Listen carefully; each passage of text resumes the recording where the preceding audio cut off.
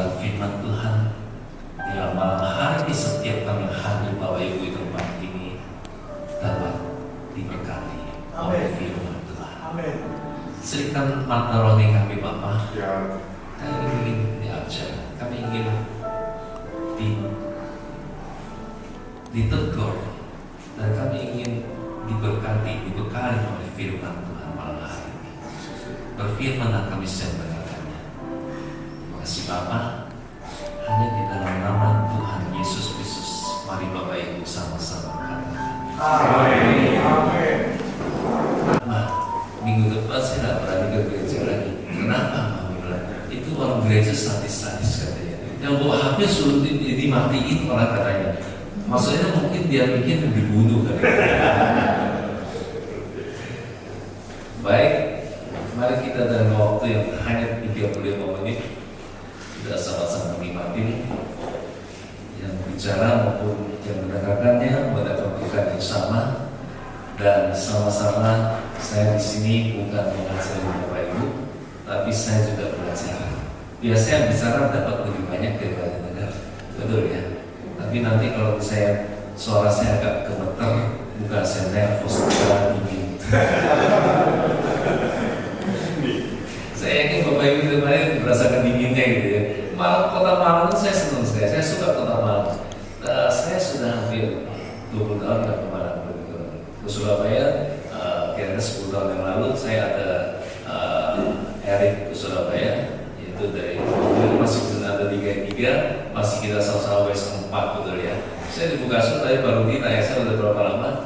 Udah saya bilang dari 2006 sampai sekarang, dan yang mentor-mentor saya Pak Paul dan Pak Angkeng itu mentor-mentor saya yang cukup lama sudah di Bekasi, dan kami sudah melakukan regenerasi. Yang generasi kita bawa ini hampir dikatakan sudah menjadi satu gelombang regenerasi. Itu yang diinginkan di Fugasper. Ini adalah misi Fugasper. Nah, nama saya Kok Budi Darmo. Di sini kurang lengkap kalau ada Kok. Kalau depan ada Koknya, Anda mesti tahu itu asalnya dari Solo sekali.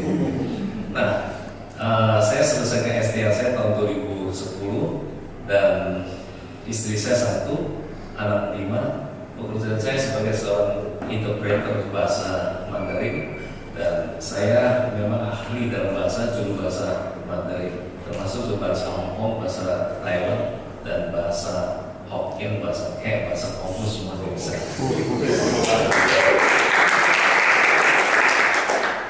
Dan pekerjaan saya adalah mendampingin orang-orang yang bermasalah, terutama orang asing, orang jompo, orang Singapura, orang Taiwan, orang Hong Kong, dan orang Malaysia, yang mana mereka tidak bisa menguasai bahasa Indonesia, tetapi mereka dalam masalah mereka di dalam penyidikan maupun menjadi terdakwa di pengadilan membutuhkan seorang pendamping yang juru bahasa. Itu tugas saya. Dan di situ juga ini adalah Tuhan sedikit bersaksi. Ini adalah Tuhan berikan kepada saya satu anugerah pekerjaan kita. Kenapa? Apa yang kita minta Tuhan masih berikan untuk kebaikan Tuhan. Saya minta Tuhan begini. Kira-kira 15 tahun yang lalu, saya masih mengajar bahasa Mandarin. Nah, ternyata Tuhan membekalin saya dalam mengajar itu supaya bahasa saya Mandarin saya itu makin dipertajam dan diperdalam. Ya justru Bapak Ibu pasti tahu bahwa yang mengajar pasti bakat lebih banyak daripada mengajar.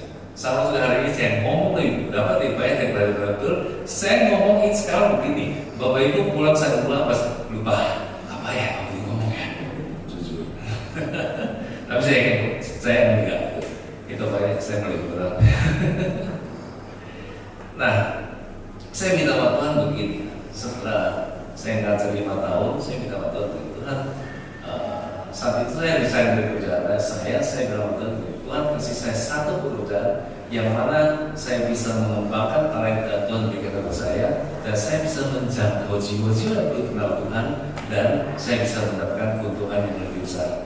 Tuhan tiba-tiba kasih saya satu pekerjaan ini. Dan saya tidak bersaksi untuk pekerjaan ini karena agak panjang, saya tidak bicara ini, tapi yang saya dampingin banyak sekali orang cukup orang luar yang ketika mereka bermasalah gampang sekali dijangkau, apalagi yang narkoba. Yang narkoba saya bilang ke mereka, kalian ini tahu nggak hukumannya apa? Ini nggak tahu ya. Saya mau kasih tahu, hukuman Anda mati, bengong. saat itulah Injil Kristus mudah sekali masuk. Orang Sumba itu rata-rata itu ateis. Mereka hanya percaya dua hal. Tuhan mereka tuh maksudnya, tahu maksudnya? Injil mereka dan mimpi. Mereka nggak kenal apa itu Tuhan. Kalau ada tanya agama dia apa, dia mikir. Karena di dalam BAP nanti kan harus tanya ke mereka agamanya apa. Selalu mereka mikir dulu, apa ya saya. Nah, di sini ketika Injil masuk, ketika saya ceritakan siapa itu Yesus Kristus, kenapa kita harus percaya Dia, kenapa kita harus bertobat, bengong mereka. Kok ada yang begitu ya? Kenapa saya belum pernah dengar cerita seperti itu? Ketika itu mereka terima Yesus dan akhirnya saya serahkan satu jiwa kepada Tuhan. Dan itulah apa yang kita doakan dengan sungguh-sungguh demi kebaikan Tuhan Yesus, itu dan kebaikan kepada firman Tuhan, pasti Tuhan menggenapi. Amin. Hari ini cukup kenal saya. Saya seorang arti di regional Liga 3 Jakarta dan berada di aktifnya Bapak Yusuf Wijaya. Saya seorang arti 1.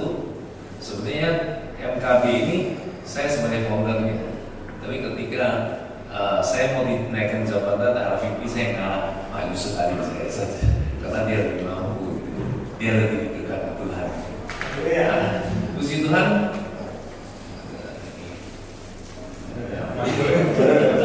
Maju ya, maju. Saya lihat di belakang.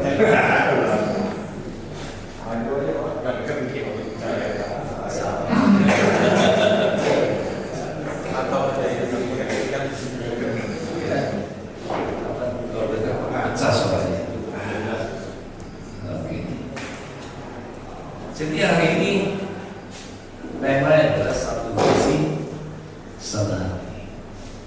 Nah, visi itu kita bicara tentang satu penglihatan akan ke depan. Semua company, semua perusahaan, semua organisasi termasuk keluarga-keluarga, saya kira punya visi-visi itu sendiri.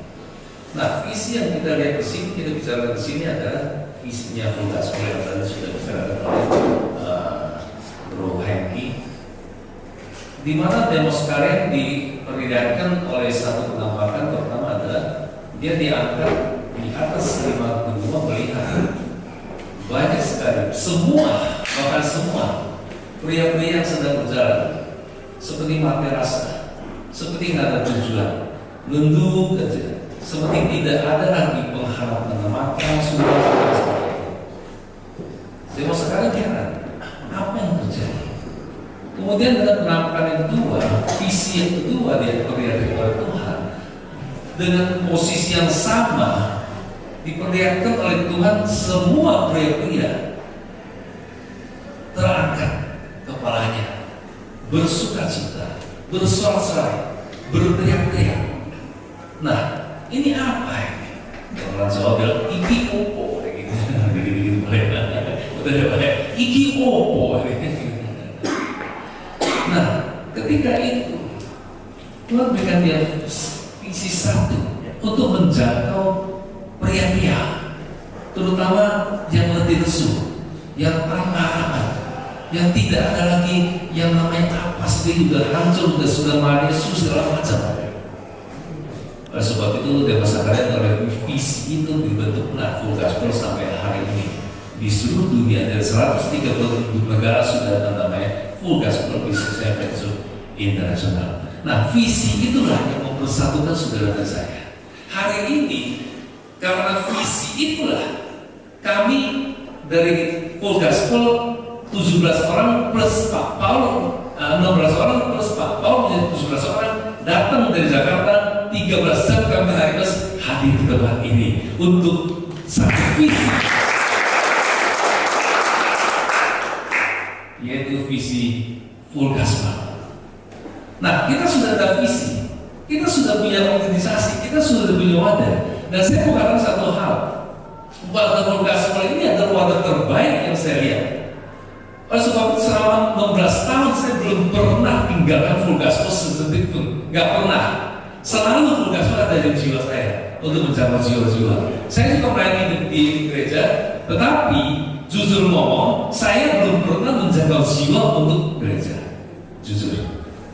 Tetapi saya di full gospel, chapter demi chapter bangun, chapter demi chapter bangun, dan jiwa-jiwa baru satu persatu diperlihatkan Tuhan kepada saya. Inilah visi dari full gospel.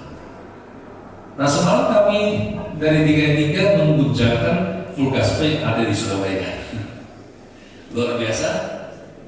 Apa yang luar biasa saya lihat?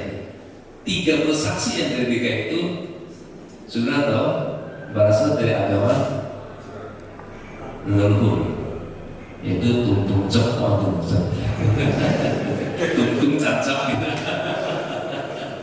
Kami sebut Tung Cep. Lebih hebat lagi pembicara kita, Pak Yusuf Adiwijaya dari Kawakedan. Wow, ini misi kita, menjangkau pria-pria yang belum mengenal Tuhan Yesus Kristus.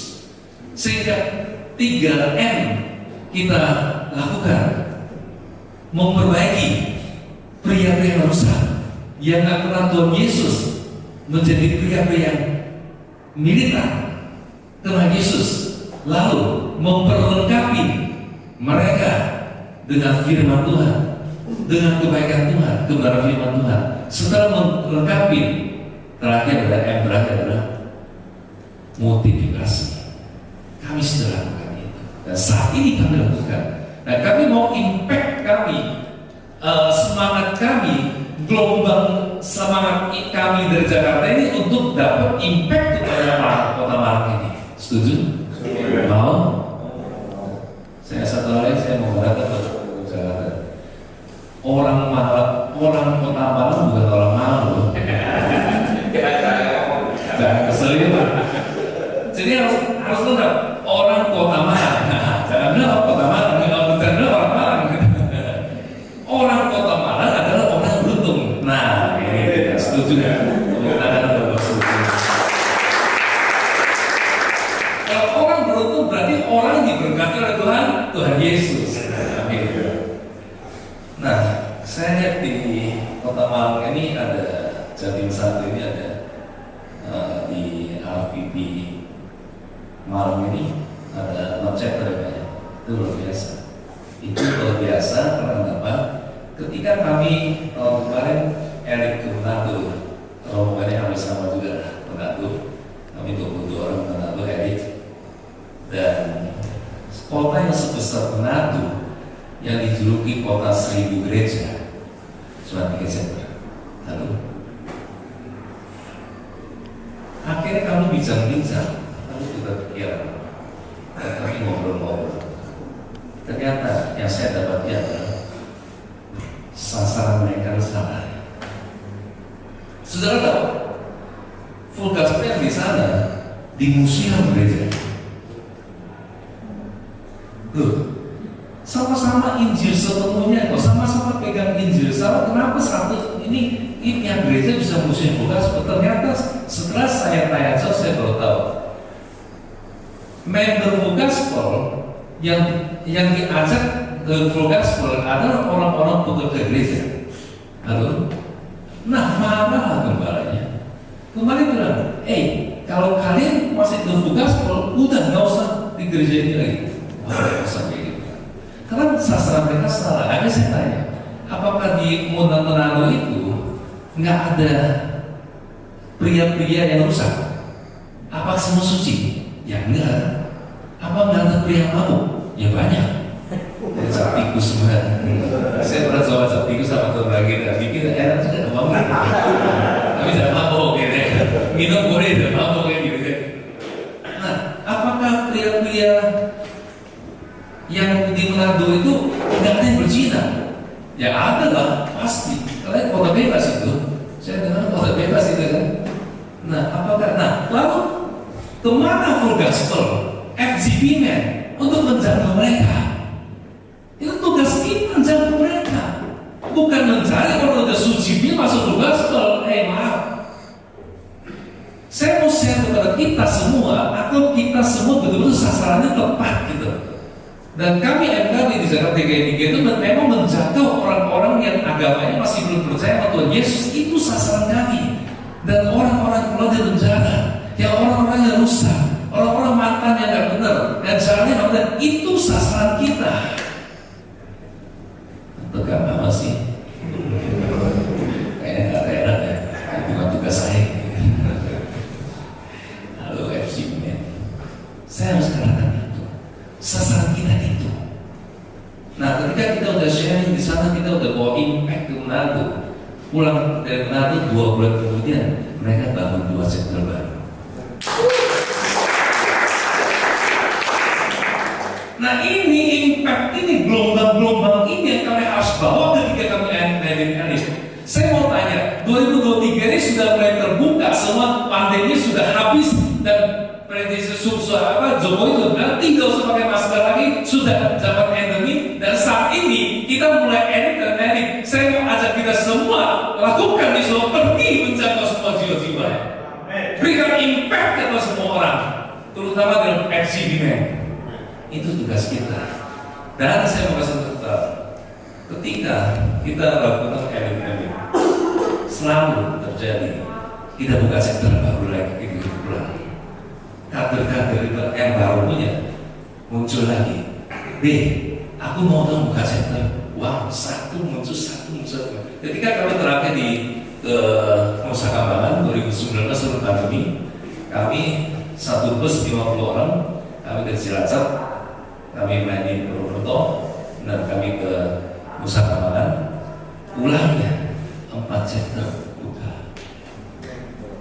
Itu dia api putus yang kita harus lakukan.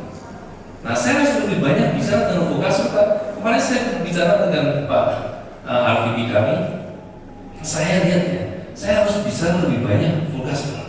Kenapa? Itu impact yang kita harus bawa kemana? Ke Surabaya, Jatim 1 sampai Jatim 3. Itu dia. Nah, saya mau cerita sedikit tentang MKB. MKB itu singkatan dari Moratorium Breakthrough. MKB itu dibentuk, yang pertama chapter presiden ada David Tim, mungkin pernah kesini, mungkin ada yang kenal. Dan tujuan adalah menjangkau seorang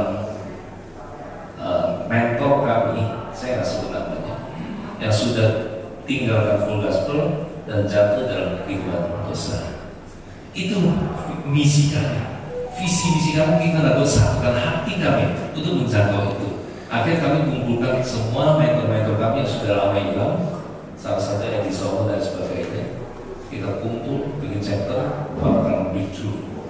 Akhirnya misi kami berhasil. Dan mentor kami itu kembali ke Gospel dan melayani menjadi mentor luar biasa sampai hari ini. Saya sudah sebut namanya. Dan itulah munculnya Moratorium Breakthrough. Nah, Moratorium Breakthrough muncul, kemudian ganti lagi pemimpin-pemimpin yang baru. 2013 RVP kami Yusuf Adi Wijaya masuk dalam MKB dan dia menjadi chapter presiden dan mulai berkembang. Waktu itu ada 3 chapter dan saat itu penggantian pengurus RP menjadi Bapak Hamdani. Ada yang kenal Bapak Hamdi di sini? Mungkin yang mentor-mentor sih pasti kenal Hamdani. Dia menjadi National Vice President. Nah, saat itu ada berapa mentor leader yang di MKB itu. Satu saya masih menjabat menjadi Vire. Itu ditarik menjadi RP. Salah satu Pak Yusuf Abidja ditarik menjadi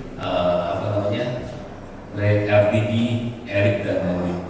Satu lagi ditarik menjadi RPD Doa. Dan satu lagi menjadi wakilnya Doa. Jadi berapa orang yang menjadi tiang di MKB itu ditarik semua ke RPD. Saya protes juga saat itu. Ya, tapi mau bilang apa sudah. Tapi saya sekarang satu hal, siapapun yang ditarik dari MKB, tadi ajak saya nggak mau. Saya bilang saya masih mau ngurus chapter, saya masih mau multiplikasi, mau buka chapter terus. Saya bilang seperti kata gitu.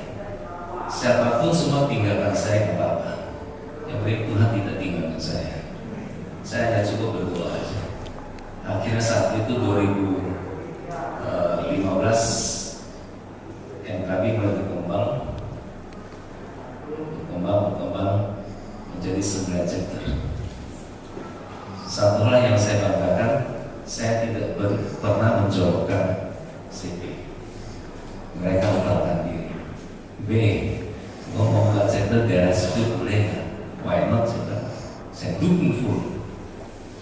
Saya tiap hari beli chapter. Berikan semangat saya kasihkan. Saya main musik. Selalu chapter saya wajibkan harus ada emas gold. Sebab itu yang menyelamatkan kita. Itulah yang membuat visi kita menjadi satu. Itulah, ini visi kami, ini misi kami. Wow banget. FGB itu membuat kita berkobar, menjadi satu hati, menjadi satu pikiran, menjadi satu visi. Dan mungkin kami punya sistem metodenya berbeda dengan di sini ya. Kami lebih 1 minggu 1 kali, 1 minggu 1 kali adakan chapter meeting, bukan outside meeting. Kami bikin grup kecil antara 10 sampai 20 orang. Nah di situ kami mentoring, kami memperlengkapi.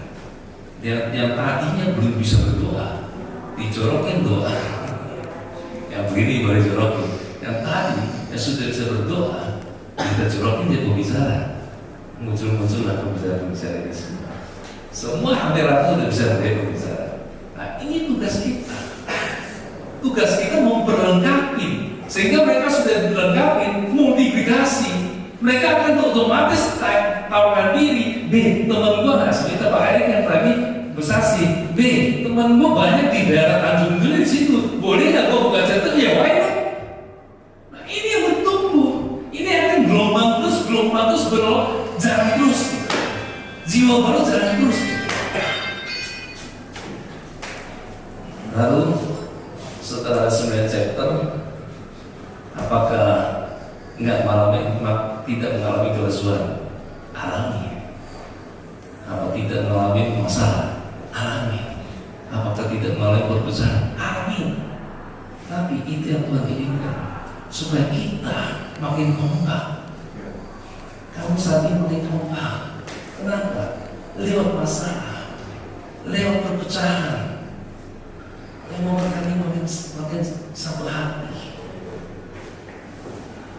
Satu peristiwa saya harus ceritakan supaya Bapak Ibu bisa diberkati. Tahun 2005 saya mengalami breakthrough dalam ekonomi. Luar biasa tahun berkati saya breakthrough. Tapi pada tahun 2017 saya mulai menurun ekonomi saya hingga 30%. Jadi sebetulnya jujur saya ngomong, Bapak Ibu saya alami, kita bisa buka chapter, bisa mentoring orang, melengkapi orang. Salah satu unsurnya jam, betul? Anda masih bilang, oh nggak bisa, yang penting kita imaninya pasti jalan. No, unsur salah satu unsurnya jam. Pak Paul, saya ada Pak Rinato saya janji iman aja. Baik sudah baik untuk mata udah banyak juga nih. Nah, tahun 2007 saya ngalamin keresuhan. Jadi setiap chapter di bawah saya ini saya selalu dukung dalam pengeluarannya. Waktu saya di Berkat Tuhan saya tetap mendukung. Lebih dari 50% saya dukung semua. Bukan sombongan diri, hanya mobilisasi aja. Nah, saat itu MKB 1 berkembangnya luar biasa. Sekali chapter meeting, kalau chapter meeting nggak seperti ini sampai berapa puluh enggak. Kita batasin sampai batas 15 sampai 20 orang supaya bisa saling sharing, bisa melengkapi. Nah, waktu itu 15 sampai 20 orang setiap kali chapter meeting tiap minggu 1 kali.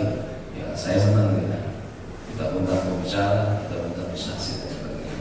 Nah, tapi ketika saya ekonomi mulai mengalami masalah, saya udah mulai hitung-hitung sama Tuhan. Tuhan, kalau saya mengundang lebih banyak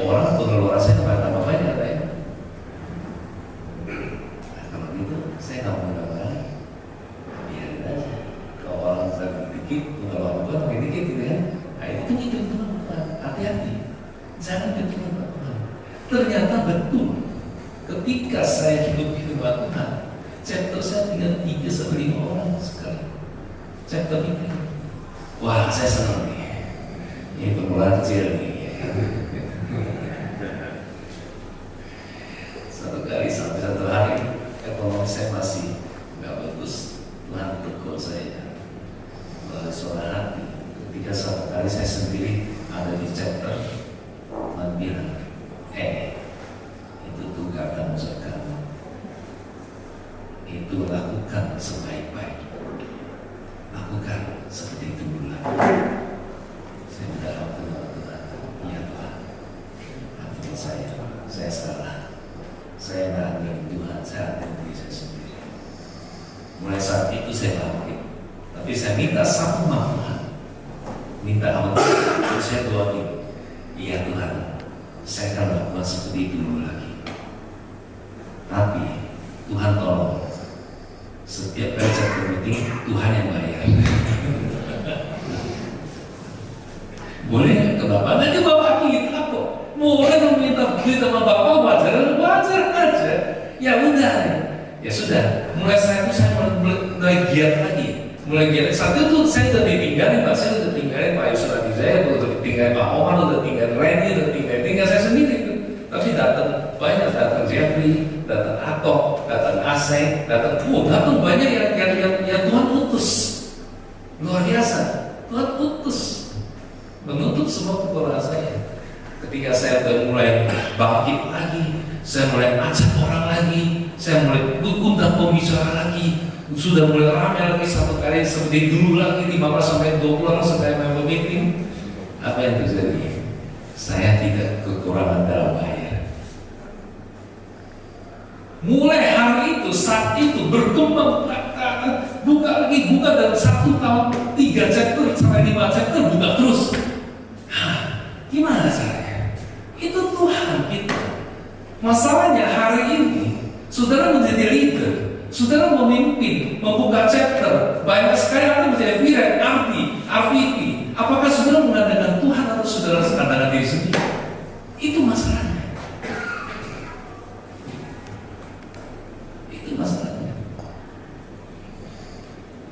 Nah, setelah satu visi, satu hati, itu yang susah. Mau satu hati orang gampang, suami istri susah, berantem terus. Yang satu, Anda tidak punya kasih. Saya ingatnya saudara bisa satu hati dengan lain. Tidak punya sukacita, Anda tidak bakal datang ke tempat ini. Kalau nggak ada ketaatan, yang berdiri di rumahnya ngapain mau datang? Kalau nggak ada penguasaan diri, ribut lah tiap hari. Jangan satu hati. Suami istri satu hati susah. Saya selalu tanya teman-teman, ketika saya chapter mana kalau saya firman Tuhan, saya tanya yang sudah berkeluarga khususnya, yang khususnya sudah berkeluarga lama, saya tanya suami-suami, apakah Anda kalau ngajak istri ke mall jalan-jalan, pernah saudara menggendong tangan istri lagi? Peluk sekali, gendong sekali terus. Tapi lebih dari 70% menyatakan wujud tidak lagi.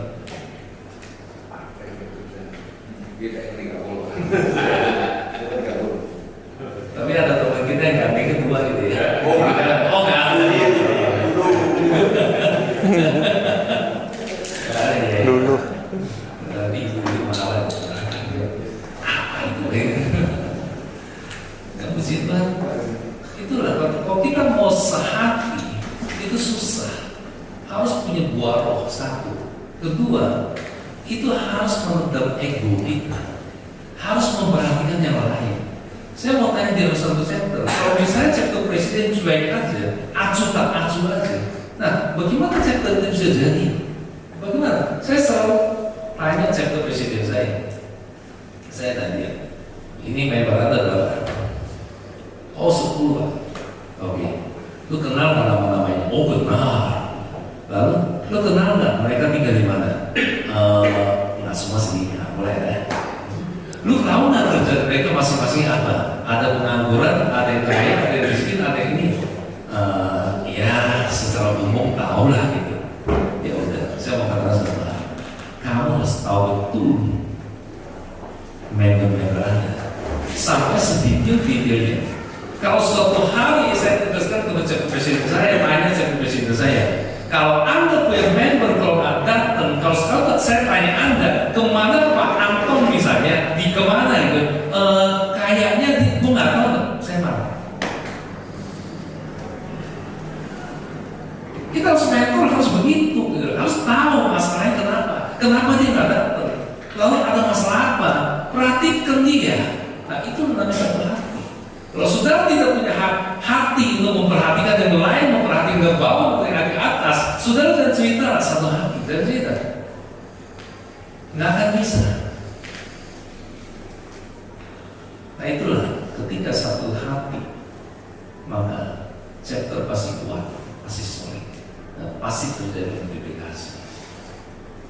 Oke, sampai saat ini saya mau buka satu ayat. Ini udah waktunya belum habis, sudah tinggal 2 menit lagi. Oke, karena saya kalau bicara itu saya nggak suka konsep, nggak suka bikin kerangka ABC, walaupun saya suka bicara biologi. Nah, saya kalau merangkai pasti selalu berubah. Saya lihat kondisi ini, saya harus bicara full gospel ini. Tiba-tiba Tuhan bilang, kamu bicara full gospel, nggak usah bicara macam-macam. Kamu bicara tentang visi dan kesehatan. Kamu bicarakan itu. Nah, belum saya nggak konsep-konsep, karena waktunya sampai dalam pikir. Oke, kita buka satu bagian firman Tuhan. Firman Tuhan. Saya akan baca untuk kita semua. Demikianlah firman Tuhan, karena itu sempurnakanlah sukacitaku dengan ini. Hendaklah kamu sehati sepikir dalam satu kasih, satu jiwa, satu tujuan. Kalau tiap hendaklah, ini biasa ada perintah atau himbauan. Hendaklah saudara dan saya sehati dan sepikir dalam satu kasih, yaitu kasih Kristus, kemudian satu jiwa, yaitu jiwa mengasihi, dan satu tujuan, yaitu visi kita menjangkau jiwa-jiwa pria-pria yang sudah tidak kenal Yesus, yang akan terjauh dari Tuhan Yesus, dan menjangkau mereka kembali ke Tuhan lewat full gospel ini. Inilah visi kita, satu tujuan, tidak tujuan lain. Oke, waktu saya habis. Jadi biasanya kalau mau tanya jawab nggak boleh, kata panitia, waktu Anda sudah habis. Terima kasih. Mari kita berdoa. Dalam nama Tuhan Yesus Kristus, terima kasih Bapak untuk mengajar kami tentang visi dan satu hati, dan kami sudah belajar dari Engkau, dan kami harus bersatu bersama-sama untuk berjalan visi dan tugas untuk menjangkau jiwa-jiwa bersama Engkau. Maafkan kami tidak mampu, yang Tuhan berikan api Roh Kudus kepada kami, sehingga kami berkobar-kobar dapat melancarkan semua tugas dan visi-visi yang Tuhan berikan dalam full gospel ini. Terima kasih Bapak, berkati seperti kami di kota malam ini, berkati mereka semua. Bapak Ibu dan Bapak yang hadir, Bapak yang berharap hadir, berkati yang sakit bersembuhkan, yang berkuatkan, yang bermasalah diberikan dari Tuhan. Terima kasih Bapak, satu hati kami, biar Jakarta dan Malang hati dari satu, dalam nama Tuhan Yesus Kristus kami berdoa. Haleluya. Amin.